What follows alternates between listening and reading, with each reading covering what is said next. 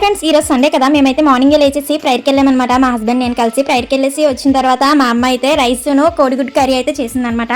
మేమైతే వచ్చేసి తినేసి కాసేపు అయితే రిలాక్స్ అవుదాం అనుకుంటున్నాము. ఎందుకంటే ఈ రోజు అయితే మళ్ళీ ఒక ప్రయాణం ఉందన్నమాట. ఆఫ్టర్నూన్ చేసి బయలుదేరదాం కదా అనేసి తినేసి వెంటనే మేము రిలాక్స్ అయిపోయాము. రిలాక్స్ అయిపోయిన తర్వాత ఆఫ్టర్నూన్ అయితే 3 ఆ టైంకి బయలుదేరి మేమైతే మా ప్రయాణం అయితే స్టార్ట్ చేసాము. ఎక్కడికి వెళ్తున్నాము అనేసి అంటే రోడ్స్ బాగున్నాయి కాబట్టి ఎంజాయ్ చేసుకుంటూ వెళ్తున్నాము. ఎక్కడికి వెళ్తున్నాను అనేది చెప్తాను చూడండి.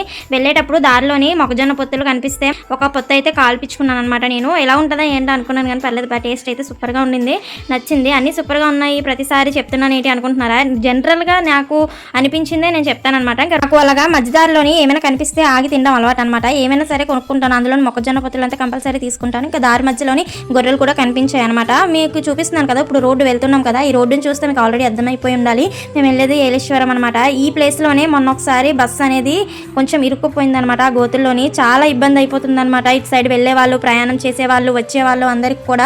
మేము అందుకనే ఎక్కువగా ఏలేశ్వరం వెళ్ళడానికి ఇష్టపడమన్నమాట. మెయిన్ రోడ్డు కోసమే ఇష్టపడము. ఎందుకంటే చాలా ఘోరంగా ఉంటుంది రోడ్డు అయితే. అది ఎవరు కూడా చూసి కూడా కనికరించట్లేదు. డెవలప్ అయితే అస్సలు చేయట్లేదు.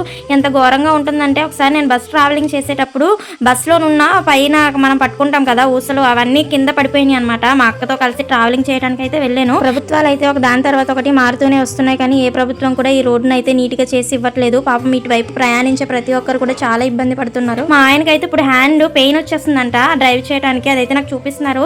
ఎర్రగా అయిపోయింది చూడు అని చెప్పేసి. నేను ఇప్పుడు చూపిస్తున్నాను కదా, ఆ బస్సు ఏమో అటు నుంచి వస్తుంది, ఈ లారీ ఏమో ఇటు నుంచి వెళ్తుంది. కానీ ఆ రెండింటికి మధ్యలోన రోడ్డు అయితే గోతులుగా ఉండడం వల్ల చాలా ఇబ్బందిగా పడుతూ వస్తున్నాయి అనమాట.